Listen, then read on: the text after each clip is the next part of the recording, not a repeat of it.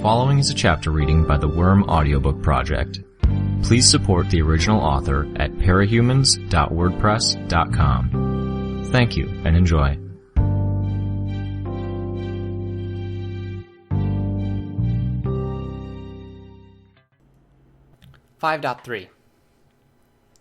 There was a long squeal of feedback, followed by the barely audible sound of a man clearing his throat.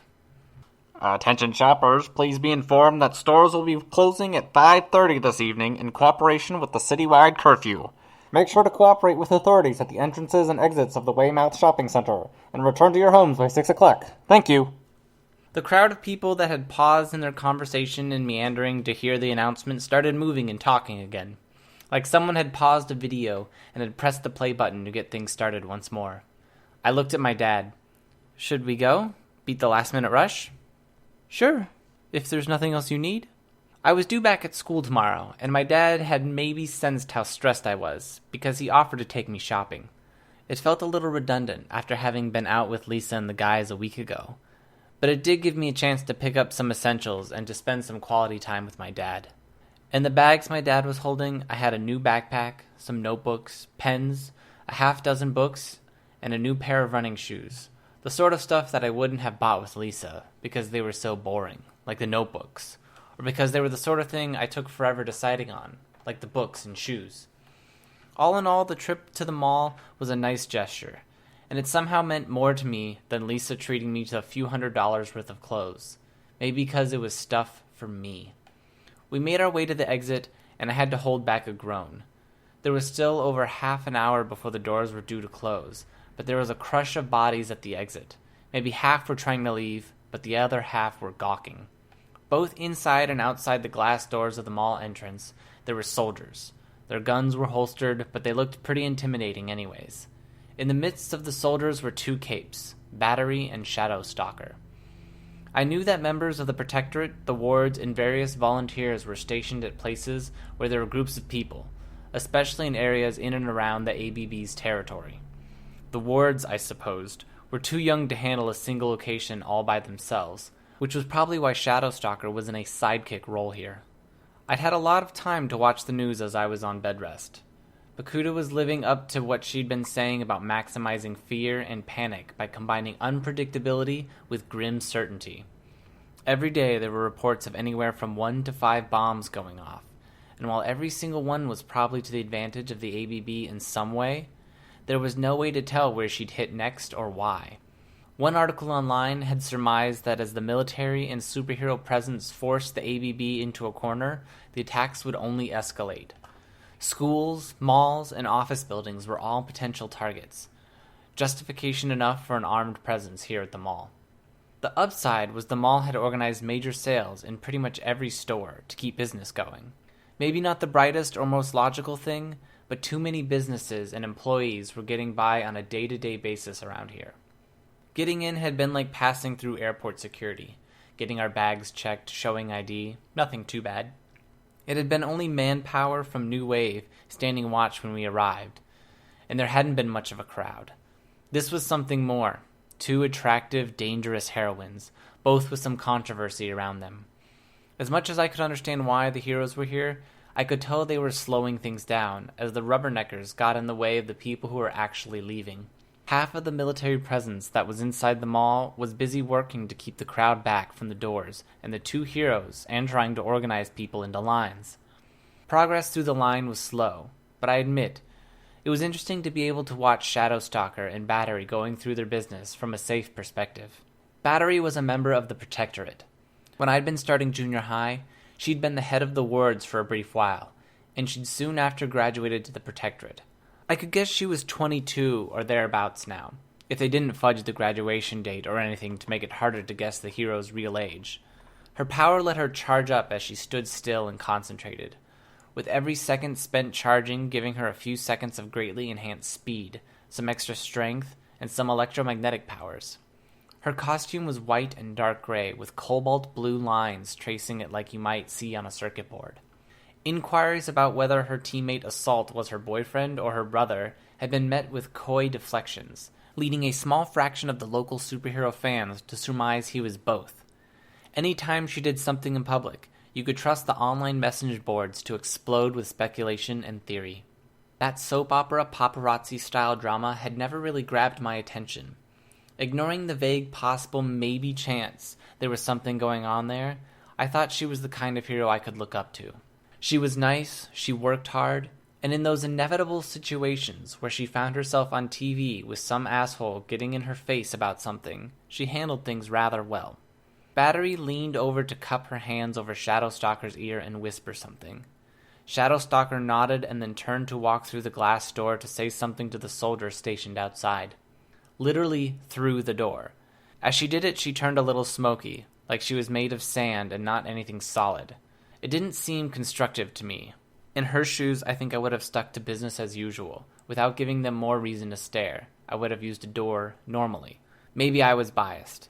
I kind of felt like I should dislike or hate her on principle, since she was Gru's self-declared nemesis. Lisa and Alec had explained how Shadowstalker was a vigilante that agreed to join the wards rather than jail, after going too far in the pursuit of justice. She was supposed to be using non-lethal weapons, but she wasn't. Capes always seemed so much bigger and impressive on the news. Once you looked past the dark gray urban camouflage hood and cape, and the black painted metal of her mask, Shadowstalker was still just a teenage girl. Only about as tall as me. Battery was only 2 or so inches taller than either Shadowstalker or myself, which meant she was still shorter than most of the men in the crowd. Now that I had been involved in cape stuff, I felt like I could look past the costume in a way most didn't. They looked normal, pretty much. "Alan?" my dad spoke. "It's been a long time." I turned to look. I should have been surprised or shocked, but by the time I realized who we'd run into, I felt too deflated. "It's good to see you, Danny. I've been meaning to get in touch." Not a problem, not a problem," my dad laughed easily. He shook the hand of the red-cheeked, red-haired man, Alan Barnes. "These days, we can count it as a good thing if we're busy. Is your daughter here?" Alan looked around. "She was thirsty, so I'm holding our place in line while she's... here she is." Emma joined us, a diet Sprite in one hand. She looked momentarily surprised as she saw me, then she smiled. "Hi, Taylor." I didn't reply. A few moments of awkward silence lingered. "We need to get back in touch, Danny," Emma's dad smiled.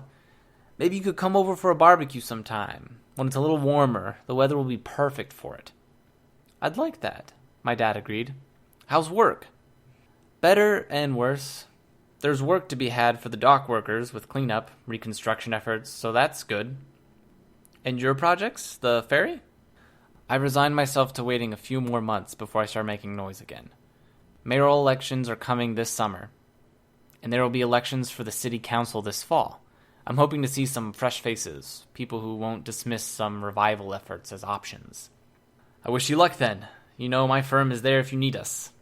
"It's appreciated." Emma turned her attention from idly watching the heroes and army at work to our dad's conversation. My dad saw her looking his way and decided to include her in the conversation. "So, is Emma still modeling?" "She is," Alan smiled proudly, "and doing quite well. But that's not why we're here today. We were just here for the sales." Alan chuckled a little. "My daughter wouldn't let me relax the second she heard about it." "Ah, us too. Shopping, I mean.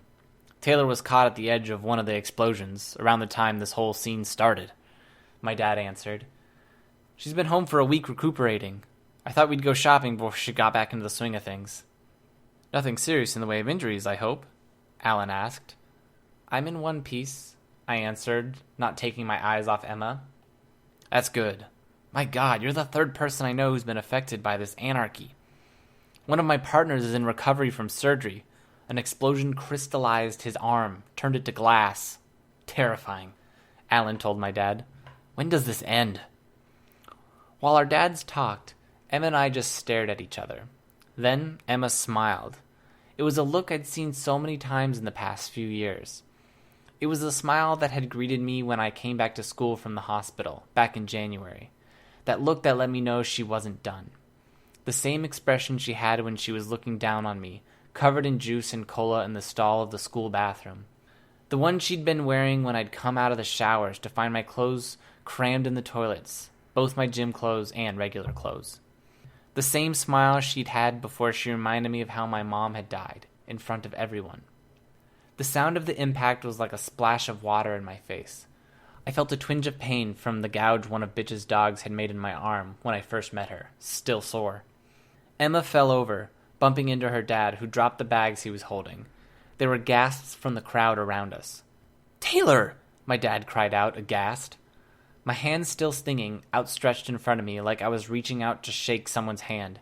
It took me a second to connect the dots. I'd hit her?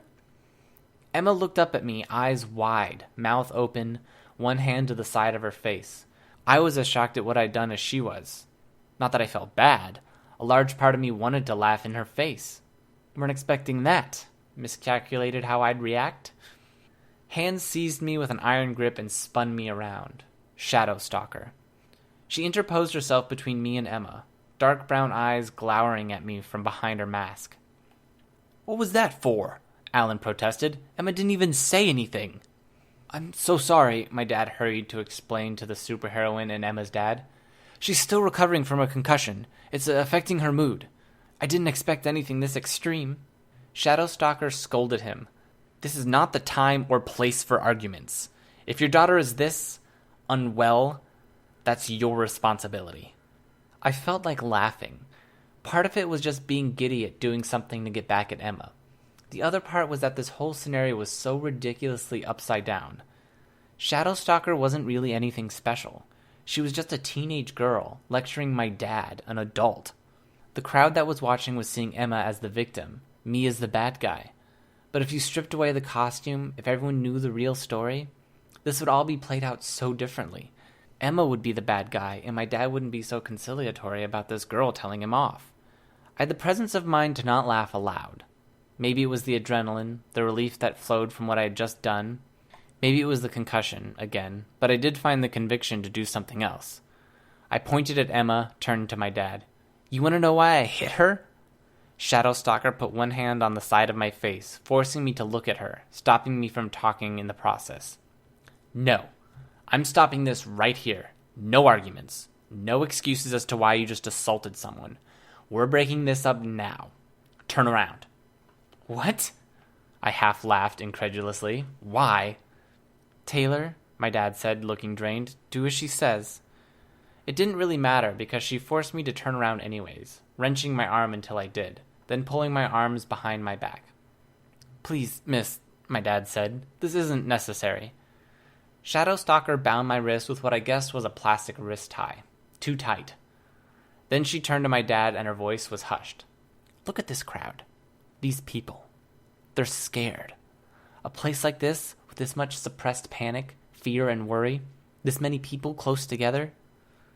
I don't care if your daughter is an idiot or just ill. She's proven to be volatile in a powder keg situation. It's both dangerous and stupid to have her here. You can cut off the plastic cuffs when she's separated from anyone she might harm." "I'm not dangerous," I protested.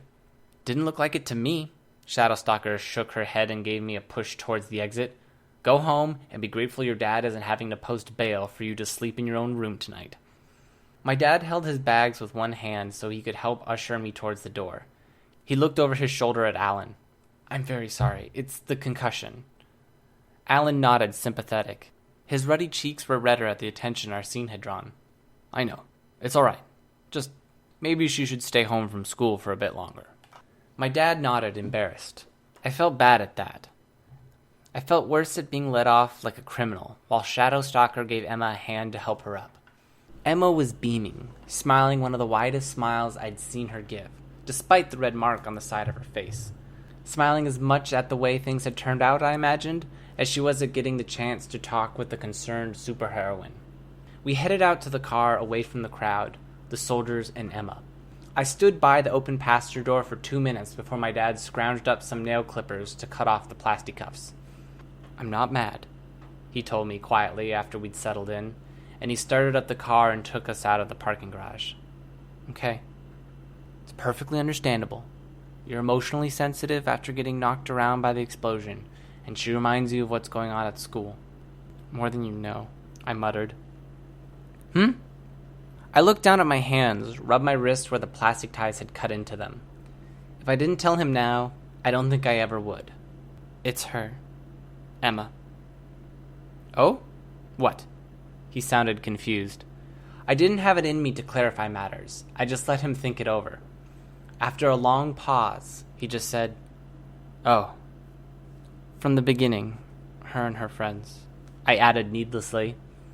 Tears welled up unexpected. I hadn't even realized I felt like crying. I raised my glasses to rub them away, but more came streaming out. "Stupid head injury," I mumbled. "Stupid mood swings. I'm supposed to be better by now." My dad shook his head. "Taylor, kiddo, I don't think it's the only reason." He pulled over. "What are you doing?" I asked, wiping ineffectually at my cheeks. "We gotta be home before the curfew." He undid our seatbelts and pulled me into a hug, my face against his shoulders.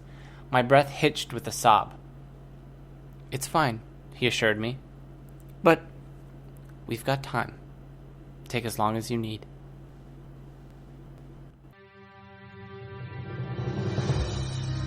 Hi, this is Snagger. You just finished listening to a chapter from Arc 5, Hive, from the web serial Worm by Wildbow. This production is brought to you by the Worm Audiobook Project. If you'd like to know more about us or to volunteer your own services, please check us out at audioworm.rein-online.org. You can download or listen to every chapter directly from our site, or you can find us on iTunes or any podcast app under Worm Audiobook. Thanks for listening.